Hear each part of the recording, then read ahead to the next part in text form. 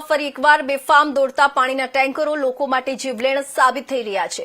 Talala નાકાથી Somnath talkies વિસ્તાર સુધીના રસ્તા પર આ ટેન્કરો મોતના ટેન્કર બનીને દોડતા હોવાની ફરિયાદ ઉઠી છે। વેરાવળ મુસ્લિમ સેવા સમાજના પ્રમુખ દ્વારા ડેપ્યુટી કલેક્ટરને લેખિતમાં રજૂઆત કરી છે, જેમાં જણાવાયું છે કે આ વિસ્તારમાં બેફામ ઝડપે દોડતા ટેન્કરોને કારણે અનેક અકસ્માતો થયા છે અને ઘણા યુવાનો જીવ ગુમાવી ચૂક્યા છે। સ્થાનિક લોકોનો આક્ષેપ છે કે ગેરકાયદેસર પાણીના વેપાર સાથે જોડાયેલા લોકો કોઈપણ પ્રકારના કાયદાનો ડર રાખ્યા વગર ટેન્કરો દોડાવી રહ્યા છે, જેના કારણે રાહદારીઓ અને વાહન ચાલકોના જીવન પર સતત જોખમ ઊભું થઈ રહ્યું છે।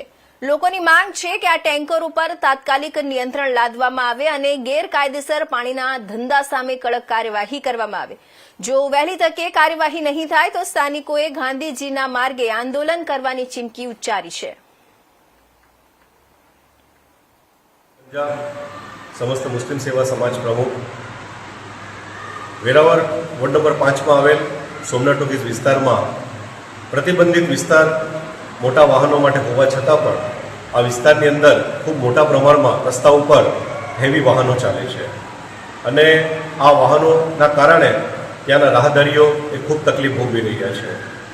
आ रस्ता पर स्कूल आवेली छे, 50,000 थी वधु लोकोनुं રહેણાંક છે અને ખૂબ વ્યસ્ત રસ્તો છે અને તેના પર પાણીના ટેન્કરો એક ખૂબ ઝડપથી અને ખૂબ જ ખતરનાક રીતે દોરે છે અને જેના કારણે લોકો અકસ્માતનો ભોગ બને છે અને આ રસ્તા ઉપર ભૂતકાળમાં 3 થી વધુ તો લોકોના મોત થયા છે।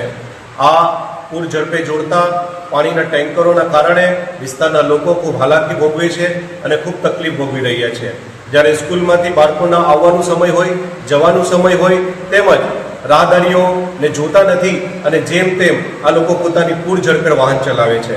આ રસ્તો એ મોટા વાહનો માટે પ્રતિબંધિત છે, છતાં પણ કાયદા અને કાનૂનની કોઈ પણ જાતની પરવા નથી કરતા અને કાયદા અને વ્યવસ્થાને રમકડાની જેમ રમતા હોય તેવું લાગી રહ્યું છે।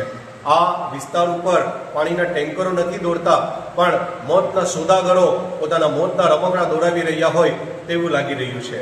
મેં પ્રશાસન સાથે આજે લેખિતમાં ફરિયાદ કરેલી છે કે આ વિસ્તારમાં દોડતા મોટા વાહનો અને ખાસ કરીને પાણીના ટેન્કરો જે મોતનું સ્વરૂપ લઈને રસ્તા ઉપર દોડી રહ્યા હોય તેવું લાગે છે અને જેના કારણે ખૂબ મોટા પ્રમાણમાં અકસ્માત થાય છે અને લોકોના જીવ જોખમાય છે, તે વહેલી તકે બંધ થવા જોઈએ અને લોકોને ન્યાય મળવું જોઈએ। અને જો આ નહીં થાય તો અમે આ વિસ્તારના લોકો સાથે ગાંધીજીના માર્ગે રસ્તા રોકો આંદોલન કરીશું।